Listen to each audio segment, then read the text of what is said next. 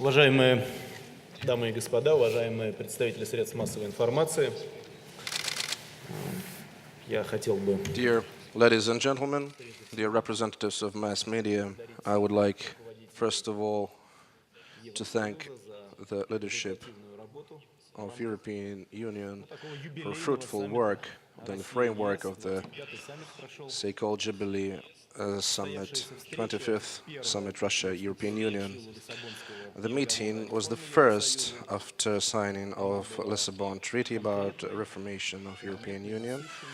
It was concrete, precise, fruitful, and was in a very trustful atmosphere. And this atmosphere of trust that accompanied this meeting helped us in solving a number of issues. Relations with the European Union is a very important component of our exterior policy, foreign policy.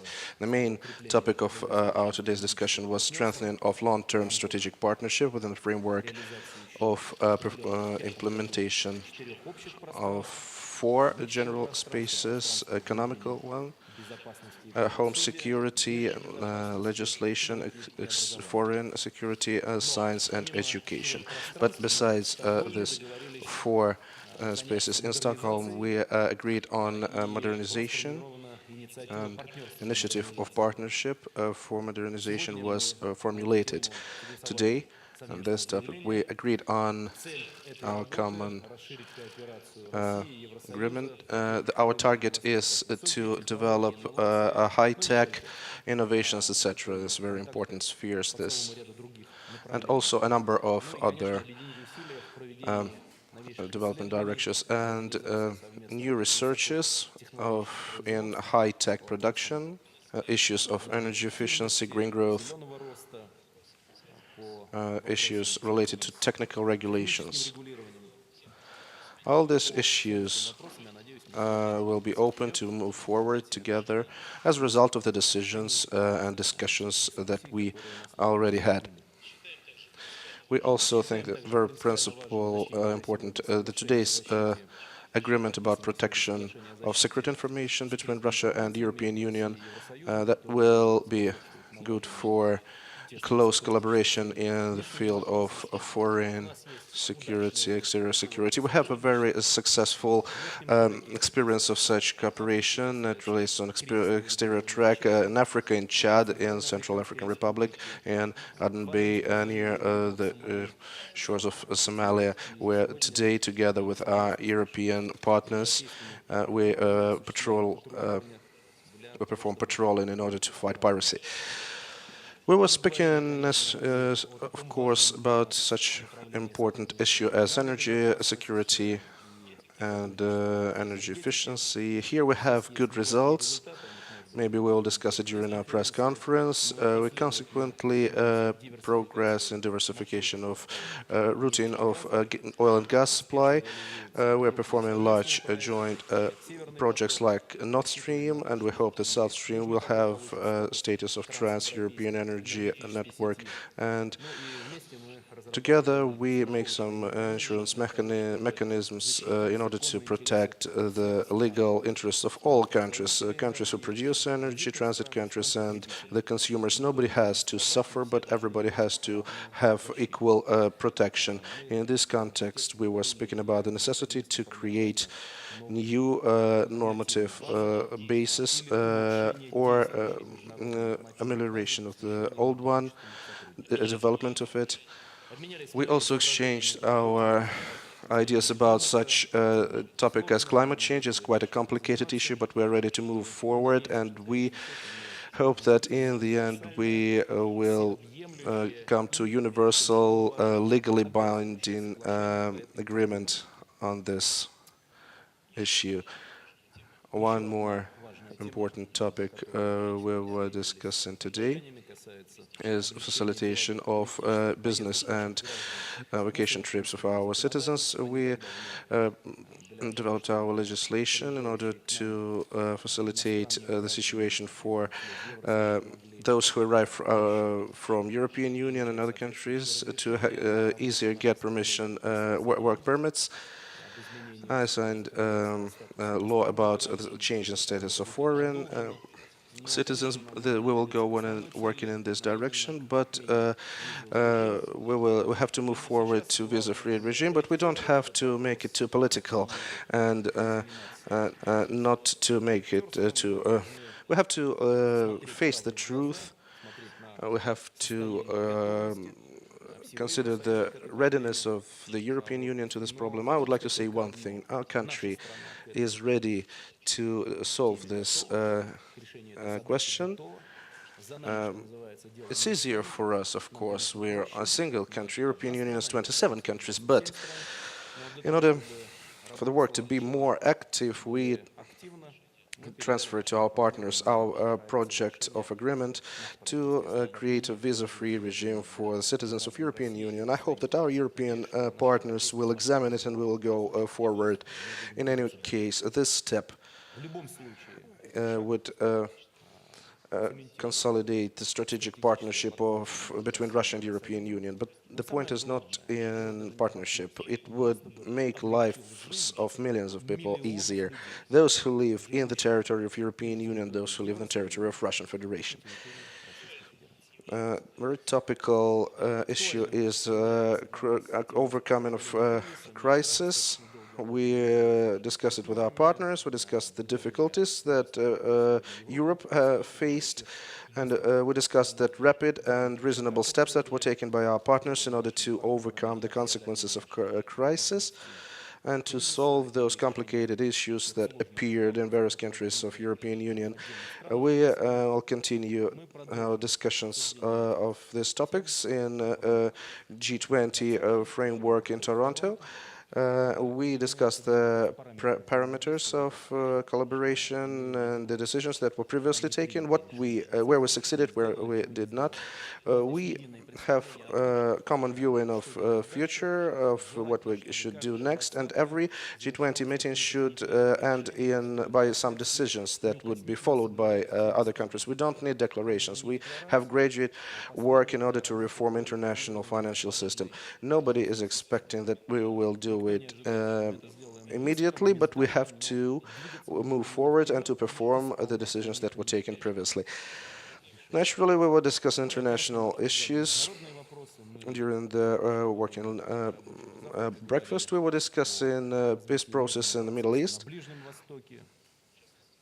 In particular, we were discussing the situation that appeared as a result of attack on a humanitarian convoy that was going to Gaza Strip, and the ministers of foreign affairs made this announcement, and it absolutely correlates with what was done by the Security Council with a resolution that was taken today, with a condemnation of what has happened.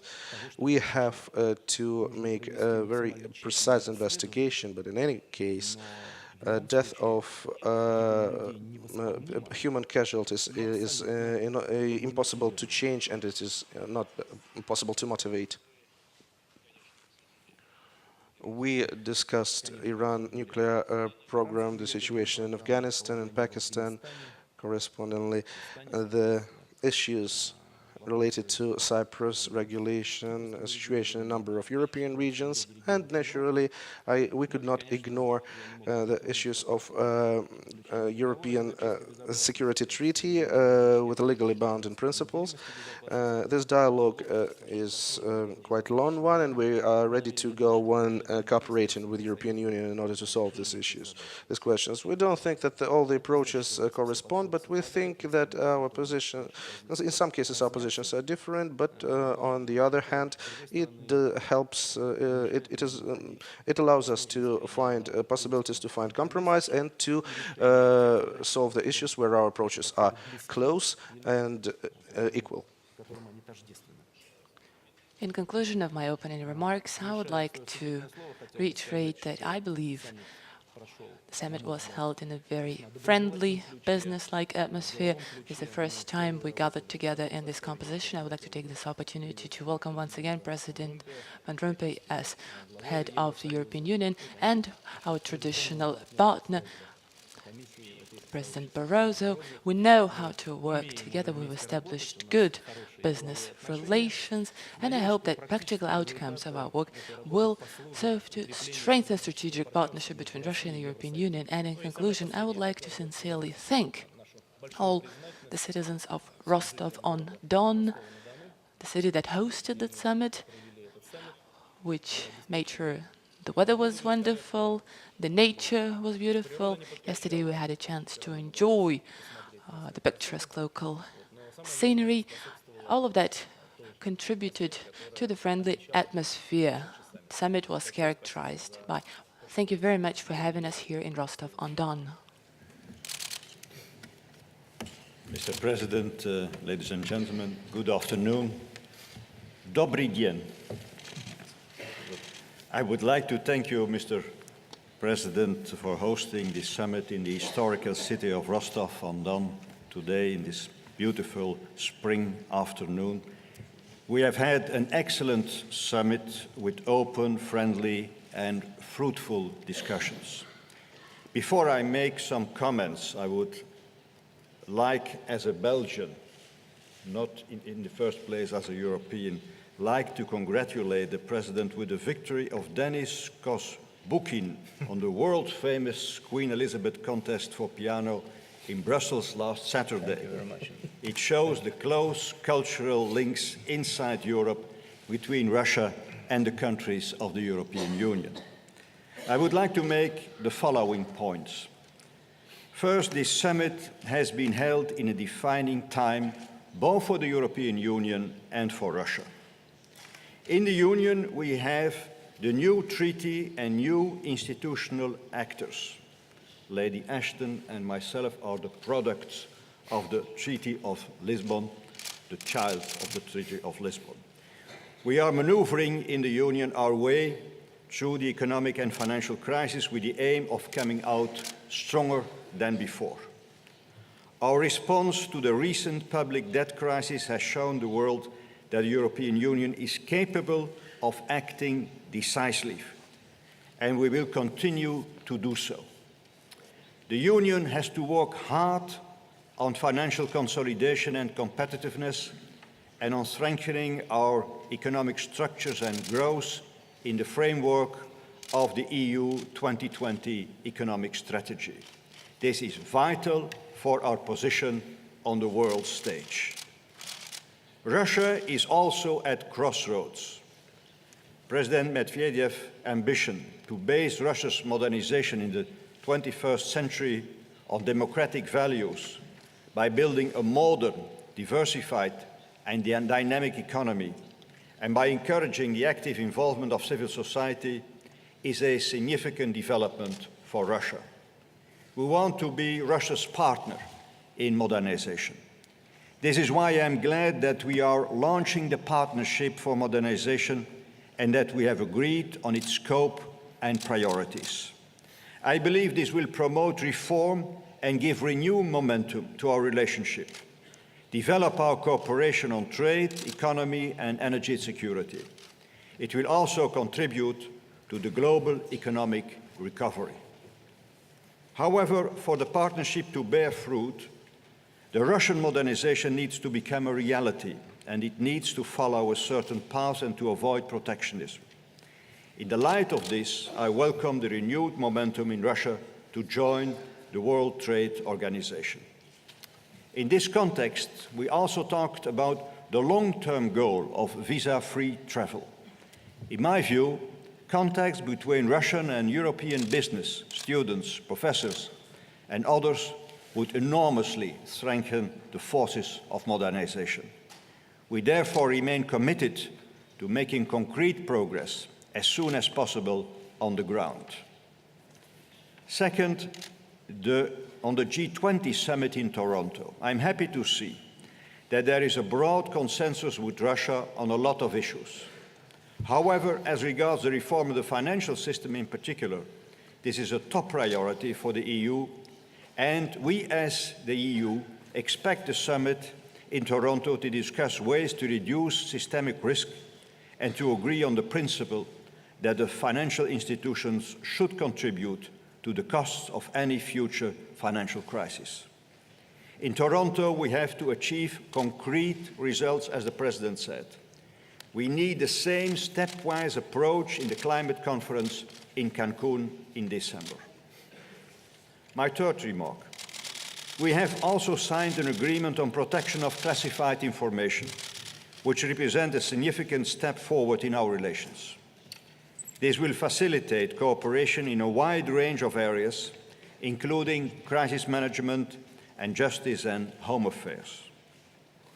Fourth, we also reconfirmed our interest to continue to explore possibilities for cooperation in the field of crisis management, justice and home affairs. We want to build further on our successful cooperation in Chad and in the fight against piracy on the coast of Somalia. Fifth, on human rights. I expressed our appreciation for recent legislative developments in Russia, the ratification of Protocol 14 of the European Convention on Human Rights, the expansion of jury trials nationwide, and the confirmation of the moratorium on the death penalty. However, the situation for human rights defenders and journalists in Russia is of great concern to the European public at large. Another matter of concern, which I noted was shared by the President, is the climate of impunity, in particular in Chechnya and other areas of the North Caucasus. Sixth, we had the chance to discuss a number of international issues. We also welcome the new START agreement on reductions of nuclear weapons with the United States, and we congratulate the President with the result. On Iran, European Union and Russia fully agree. The nuclear program of Iran remains a source of concern. The purpose of the restrictive measures is to bring Iran back to the negotiating table. And we are very happy that the Russian Federation has played a constructive role in the shaping of the draft United Nations Security Council resolution on Iran. We also discussed yesterday's tragic incident in the Middle East and issued a joint statement by High Representative Ashton and Foreign Minister Lavrov. This statement enjoys my full support, also on behalf of the European Union. We regret the loss of lives during the Israeli military operation against the flotilla sailing to Gaza. We demand a full and impartial inquiry and call for an immediate opening of crossings for the flow of humanitarian aid, commercial goods, and people to and from Gaza. Finally, the European Union and Russia share a common interest in improving the security, stability, and prosperity in our common neighborhood. History and geography have made us different, but also neighbors. We are dependent on each other and on the well-being of our neighbors. This has become a common spirit of our continent. In this respect, we would like to see a more constructive role played by Russia, including the implementation of all its earlier commitments, especially with regard to Georgia. To conclude, Russia is a real strategic partner to the European Union. With you, we have a most intensive and dynamic dialogue. With Russia, we do not need a reset. We want a fast forward. Spasiba. Thank you. Thank you. Thank you. First of all, I'd like to thank our Russian hosts for receiving us here in Rostov. And I'd like very especially to thank President Medvedev for the very open, friendly, and productive talks we had today. The strategic partnership between Russia and the European Union has again proven its value. I believe that in our fast-changing world, people and economies are ever more connected and interdependent. Our security, our prosperity are shared to a large degree, so it makes sense to have a deeper relationship between Russia and the European Union, And this summit, the 25th summit between Russia and the European Union, was indeed a very productive one. I will not repeat what was already said. Let me just highlight the launching of this partnership for modernization. We have conceived this common vision with President Medvedev at our last summit in Stockholm, and today we have launched it, and we have discussed also which concrete priorities we'll put there. It will be, of course, a partnership in the global framework of our strategic relationship, but we want to deliver concrete results in matters that are very important for the economy, for our societies. Of course, the economy and the society are linked. Modernization is not just about the economy, it's also about the society, the rule of law, the overall trends in a society in terms of adhering to some important values.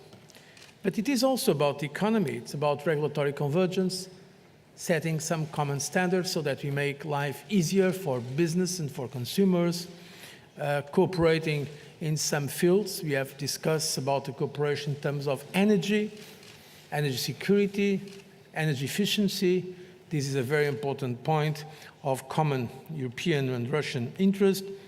And it is also the reason why the European Union is a very strong supporter of accession of Russia to WTO.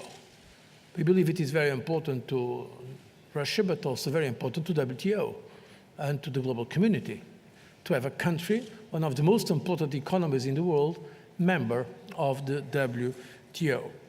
We have always backed Russia's bid strongly, and we are happy that we see now an increased momentum. We hope that necessary steps will be taken, because truly modern economies are those that are open and shape the global rules of the game, not the ones that practices protectionist measures. Joining the WTO will be also an important stepping stone towards deeper bilateral trade and investment relations. Just look at a few facts. The European Union is the top investor in Russia with a foreign direct investment of 25 billion euros. Russia is our third biggest trade partner with an annual volume of 180 billion euros. And we are closely interlinked in many areas, namely the area of energy. So I really believe that this summit, covering such wide issues from visa facilitation with the aim of visa-free travel to foreign policy issues, but also with a very good and deep discussion on economic situation in Europe and in Russia, and our, to a large extent, convergent agendas for the G20 in Toronto. I think this summit was indeed a very successful one. And once again, I want to thank President Medvedev, Russia Hospitality, and the city and region of Rostov for what was a very important moment for this relationship between Russia and the European Union. Thank you. Уважаемые коллеги, пришло время ваших вопросов. Пожалуйста, по два вопроса. Dear colleagues, times for your questions. 2 questions from Russian media and 2 from the EU. The first is to Russia. Kommersant newspaper, please present yourselves and say who your question is meant for. Vladimir Solovyov, Kommersant. I've got a question to Russian President. Before the summit, Russian officials stated, and you have just reiterated the claim that Russia is ready to abandon visas as soon as tomorrow with the European Union. Well, in Brussels, on the contrary, they say it can happen not in the short run. So we'd like to understand what the obstacles for visa abolition are, what obstacles exist, and when can they be replaced. Second question about future. During the summit, you discussed Russia's accession to WTO, so I also like to find out whether any understanding when it can happen has been achieved during the talks. And by the way, I would like to hear the answers to this question from the European leaders as well. Thank you. I don't know whether my colleagues are going to comment upon these questions. I will, of course, pronounce upon them. Well, as far as visas are concerned, well, their abolition, what the obstacles are. Well, for us, there are no obstacles. We are ready to do it as soon as tomorrow. We believe that the degree of readiness of our society to accepting European travelers without visas and control various processes related to this. So our readiness is quite high. We are technically ready, and now our technical facilities are undergoing reconstruction. We have some legal agreements, including ones linked with the destiny of those who come as a result of breaching legislation and their extradition. Well, the work can be continued. Of course, I understand that our partners in the European Union have a different situation. The European Union consists of 27 member states. Each of them has their own opinion and view on visa abolition. This is not a topic that relates only to Russia. There are some other countries with which the European Union eventually wishes to abolish visas. Some of those states, as far as I understand, are at a more advanced stage than Russia is. So the faster we reach a consensus within the European Union, the better. Well, this is a sensitive issue. We understand all the difficulties our European partners face. We understand the necessity of clarifying our views and positions. There are some specific and separate positions of EU member states, I believe. This is linked with our history, not with real situation. As far as I see it, there are no threats to security as a result of visa abolition. But there are some perceptions on whether it should be done as regards various states and when. And member states have different opinions about this. We are not preoccupied or concerned. We believe it's an internal affair of the EU, but I told our European partners that if need be, we are ready to work bilaterally and to facilitate the efforts and to see some contours of a draft agreement. I gave past such a draft agreement to our partners. Let it be the first block of the foundation of abolition of visa restrictions, so we will keep cooperating, and I believe this is in the interests of millions of Europeans. Now let's move to WTO. Yesterday we talked this issue during our informal meeting, and today we also touched upon it. So the situation is quite simple here, and as far as I see it,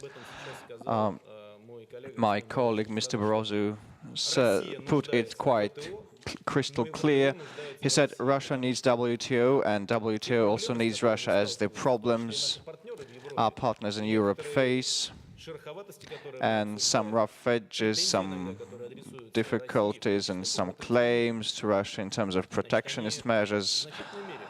To a large extent, they are linked with the fact that we have different regimes. Had Russia been within WTO, we would have to follow such rules, but now the situation is different. As far as our will is concerned, I on many occasions said that nothing changed in our attitude, despite the fact that we seek to establish a customs union and a unified economic space with Belarus and Kazakhstan. We, in principle, want to enter WTO, as it will provide impetus for our development, normal development in the world economic structure. We had no other agreements with our European partners, but for entering either together, if we can, and if we have various degrees, we will access separately.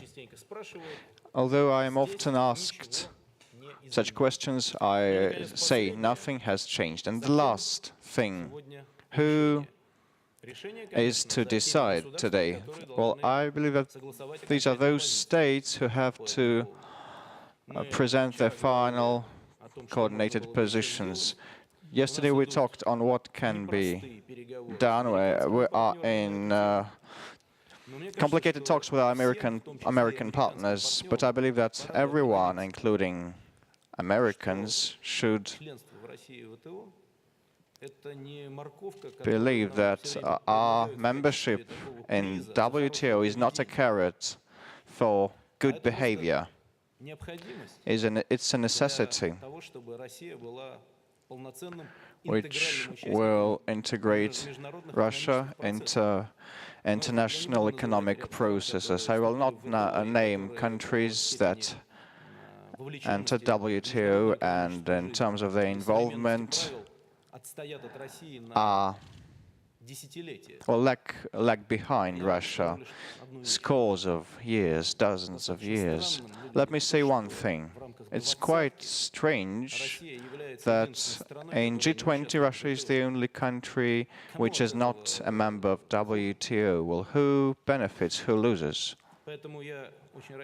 So I count on the fact that as a result of such a summit we will elaborate a more consolidated stance, and with our European partners we have very little divisions, and all those hardships that still exist will be removed, and we will be able to enter to access to WTO in near future. Benoît Fink, Agence France Presse. A question to President Van Rompuy. On the issue in the flotilla, the deadly raid on the flotilla bound for Gaza, I would like to know what is your personal reaction. And also, there has been a lot of condemnation around the world about the situation. Do you think this is going to change something in the future in Israel's reaction? And the second question is about human rights. You said you discussed the human rights situation. I would like to know in detail which point did you discuss about the human rights situation in Russia? Just in general, or did you mention Caucasus, opposition, or what else? Thanks.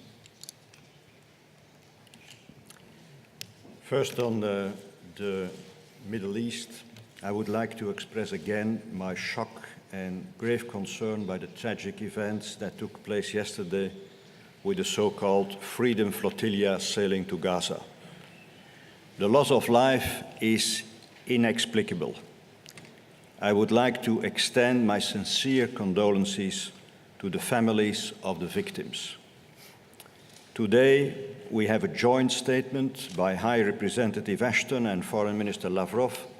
I lend, as I said, my full support behind this statement, also on behalf of the European Union. We regret the loss of life, condemn the use of violence, and demand an immediate, full, and impartial investigation. I follow the development of the situation with great attention. Above all, I appeal for a durable solution to be found to the situation in Gaza. I would also like to recall yesterday's statement and point out that the continued policy of closure is unacceptable and counterproductive. And finally, I would like to underline that peace in the Middle East must remain our ultimate goal. It is of particular importance, although the situation is more tense, that recently launched proximity talks continue.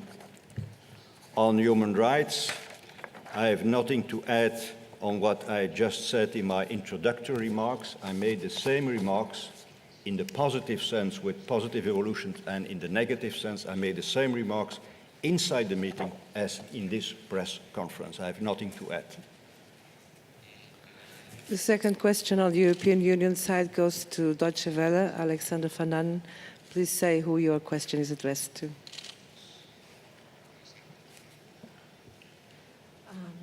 Good afternoon, Alexander von Namen, DW TV, German television, Deutsche Welle. First of all, a question for the President of the European Commission, Mr. Barroso.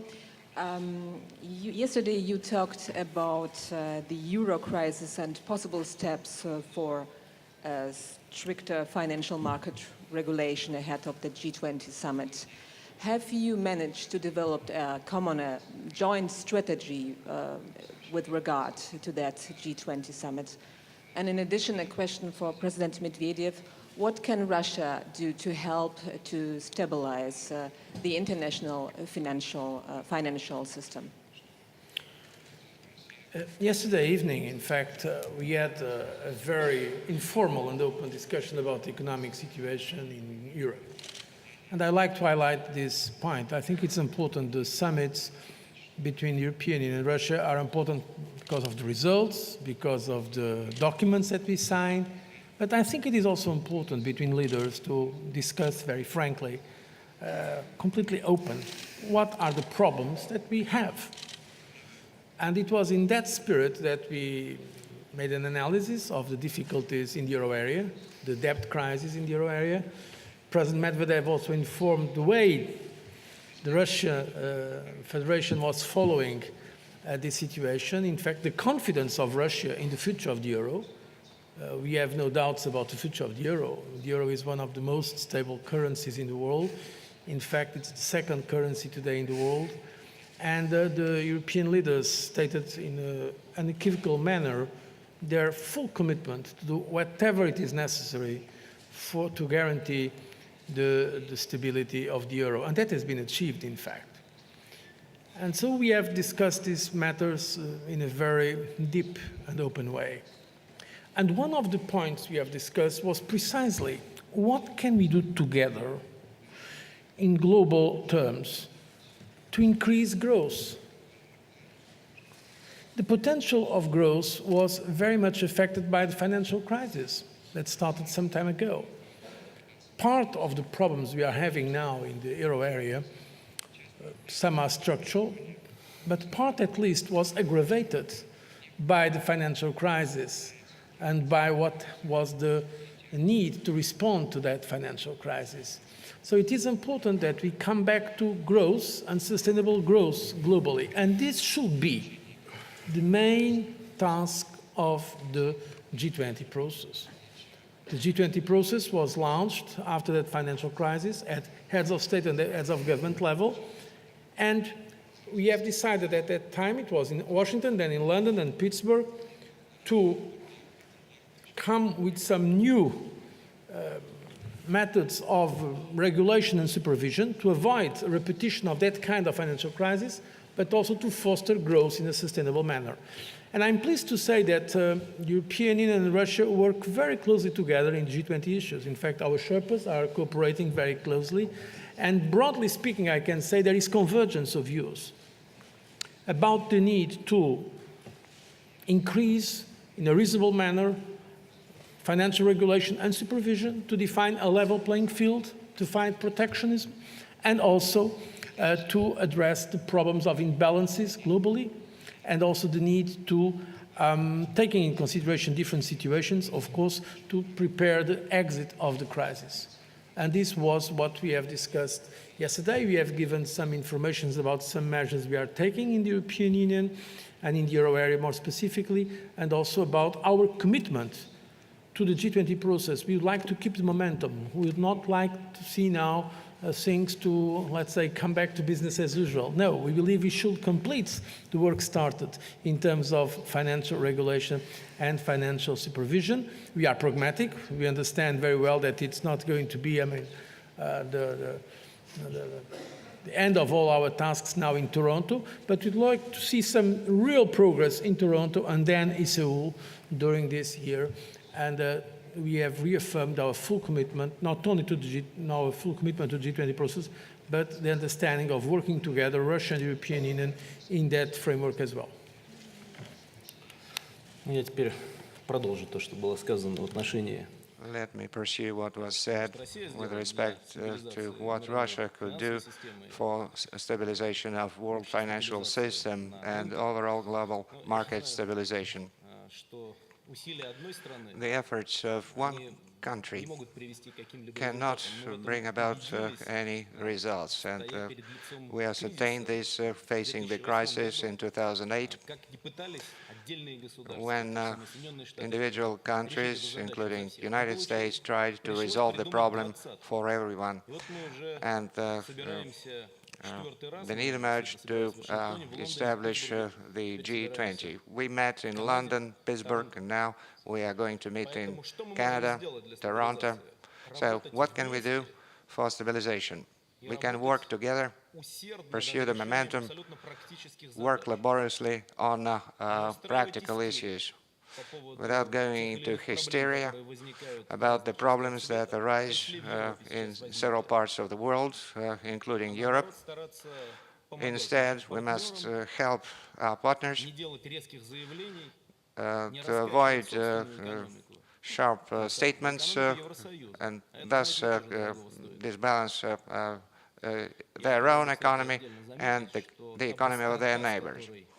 And I must note that the speed with which the leadership of EU took a decision to issue money to resolve the problems of Greece and the problems of financial sustainability deserve our applause.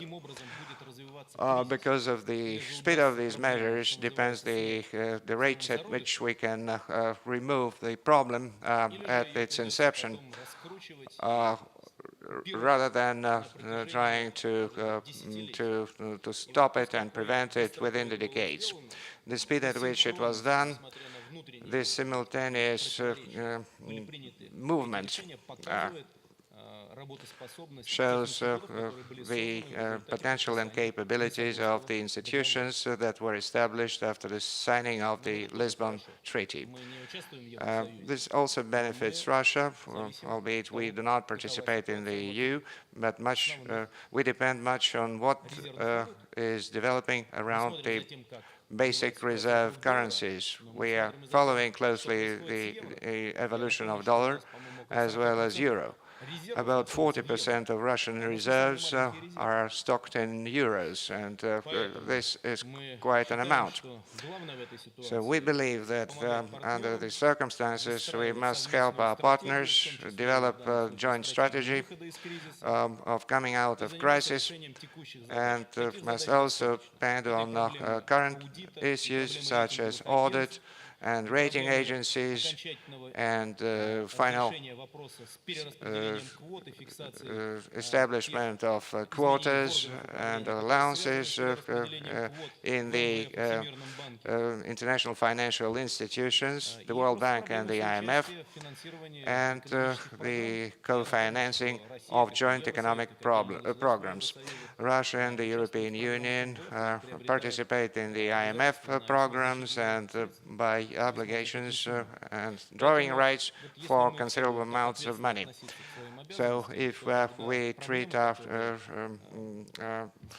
problems responsibly, then the problems that exist in the European and the world economy will be easily resolved.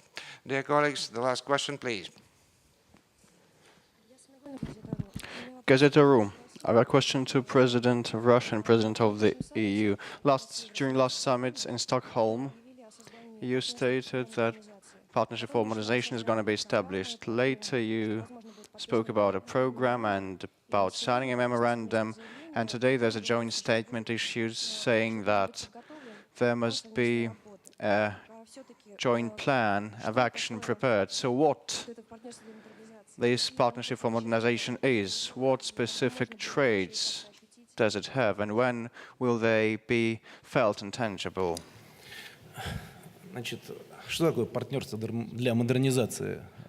Well, what is Partnership for Modernization? This is a new dimension of our cooperation with United Europe. When can we reap fruits? Well, they are already here. We deal with issues of energy efficiency, green economy, resolution resolving various obstacles due to lack of technical regulation in Russia with the help of the European Union. We have a number of European companies here in this country dealing with energy efficiency, and they will sort out things. We have very energy intensive economy, and we should use European experience to reduce this indicator. So technical regulation in our country should not be in conformity with our internal rules only, but also in line with the legislation of the EU. This is direct implementation of technical regulation. Well, this is partnership. Well, the point is we can't be complacent and map out our future steps. And today we have spoken about addressing the issues of satellite navigation and communications and GLONASS and Galileo joint programs.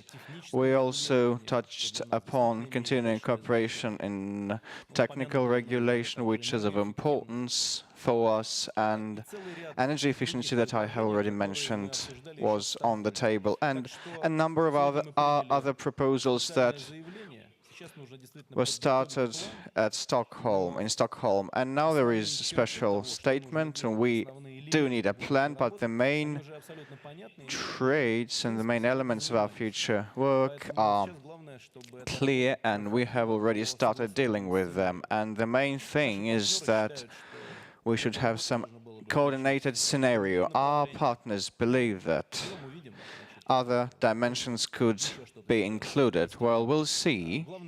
Probably something else will make part of our efforts. The main thing is that we should have some pragmatic outcome.